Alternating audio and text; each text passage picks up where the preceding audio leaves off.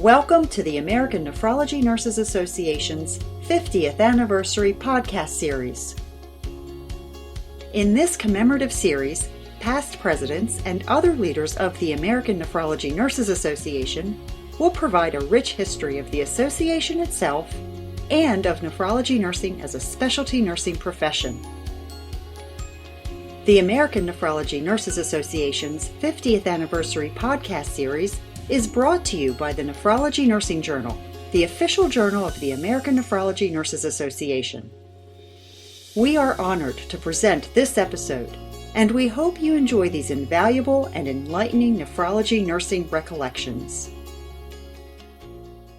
Hi, my name is Karen Robbins. I'm the Associate Editor of the Nephrology Nursing Journal and a past president of ANA. Today, it's my privilege to interview Karen Schardin, who served as president of ANA from 1994 to 1995. Karen, thank you for spending time with us today and talking about ANA and nephrology nursing. Let's start at the beginning of your nephrology nursing career. When and how did you become a nurse in nephrology, and what was your first position? I actually started in nephrology in 1976. A friend of mine from nursing school had recommended the nephrology career because she was moving out of state and she knew her position was going to be open. So my first job was a staff nurse in a nonprofit facility. Okay, so then you obviously stayed in nephrology and moved on to spend time active in ANA and then become president of the association. What was the biggest challenge for you and for nephrology nursing during the time of your presidency? The biggest challenge was the ongoing threat to the cuts in the ESRD entitlement.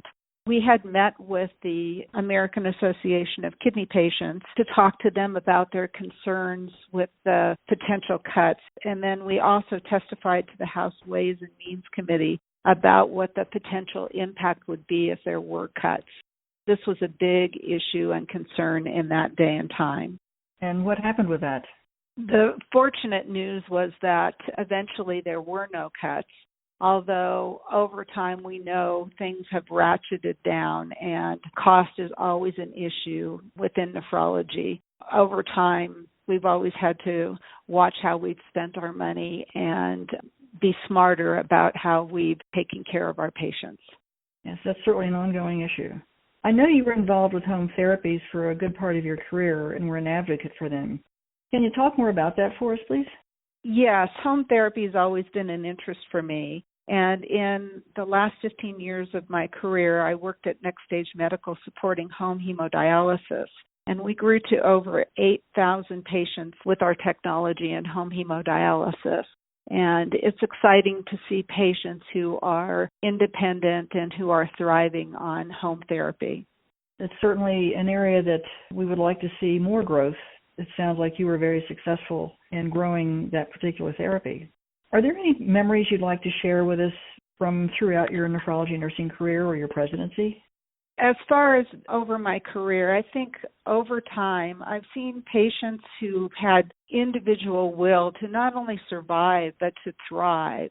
And over all the time that I've been in nephrology, there have been changes in pharmacology with advancements in both iron and erythropoietin therapy, and also in technology, newer dialyzers and newer equipment.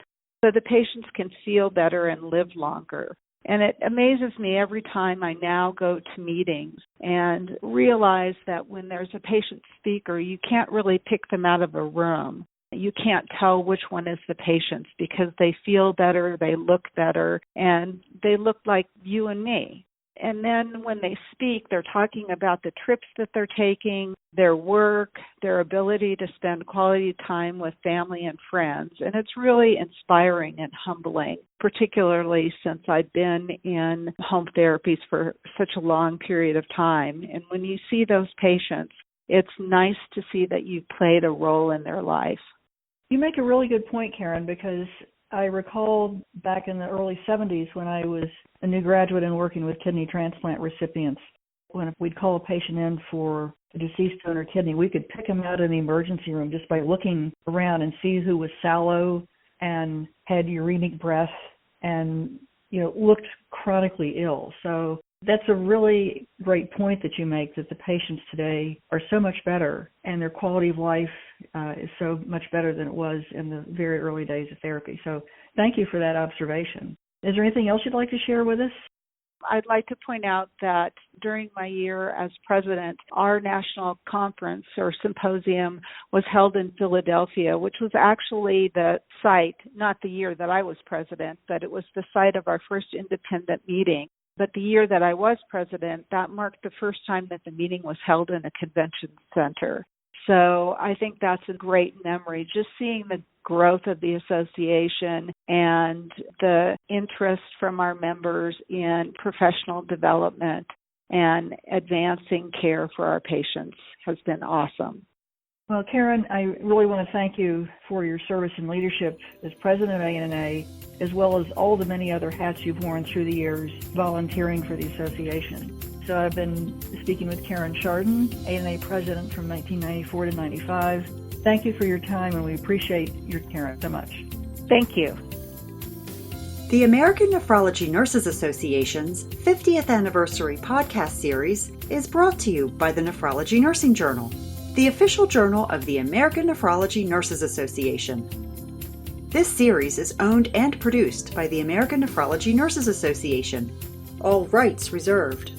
No portion of this podcast may be used without written permission. For archived episodes of this podcast and to learn more about the American Nephrology Nurses Association, visit the association's website at annanurse.org. You can also subscribe to this podcast on iTunes, Google Play Music, Spotify, Stitcher, TuneIn Radio, our hosting site Spreaker, and other various podcast delivery services.